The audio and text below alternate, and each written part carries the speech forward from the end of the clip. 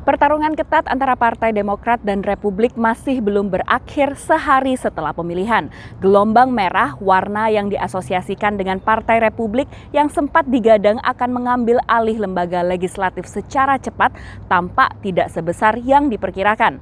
Meski demikian, Partai Republik diprediksi hampir pasti memegang kuasa atas DPR Amerika Serikat, sementara Senat masih akan ditentukan dalam pemilihan putaran kedua untuk kursi Senat Georgia. Negara bagian Georgia ini punya peraturan di mana kandidat harus memperoleh minimal 50% suara untuk bisa menang dalam pemilihan. Rabu petang, Presiden Joe Biden menyatakan siap bekerja sama dengan rekan dari Partai Republik.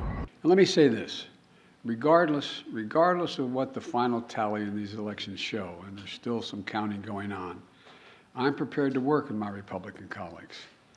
The American people have made clear, I think, that they expect Republicans to be prepared to work with me as well.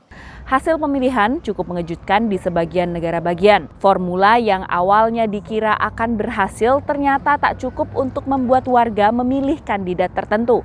Misalnya pertarungan merebut kursi Senat negara bagian Pennsylvania antara Mehmet Oz yang didukung oleh mantan Presiden Donald Trump dari Partai Republik ternyata kalah dari kandidat Partai Demokrat yaitu John Fetterman. Oz juga seorang dokter dan pembawa acara terkenal sehingga memiliki star power yang semula dianggap bisa menyingkirkan Fetterman.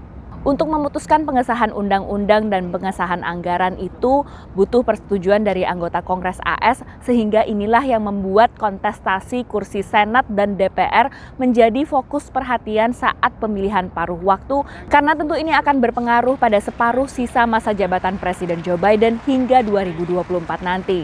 DPR juga punya kuasa untuk melakukan investigasi, memanggil saksi untuk cross-check pemerintah berkuasa termasuk isu soal plafon utang AS. Sementara Senat punya kuasa untuk menyetujui atau menolak konfirmasi posisi politis, terutama bagi hakim federal hingga hakim agung.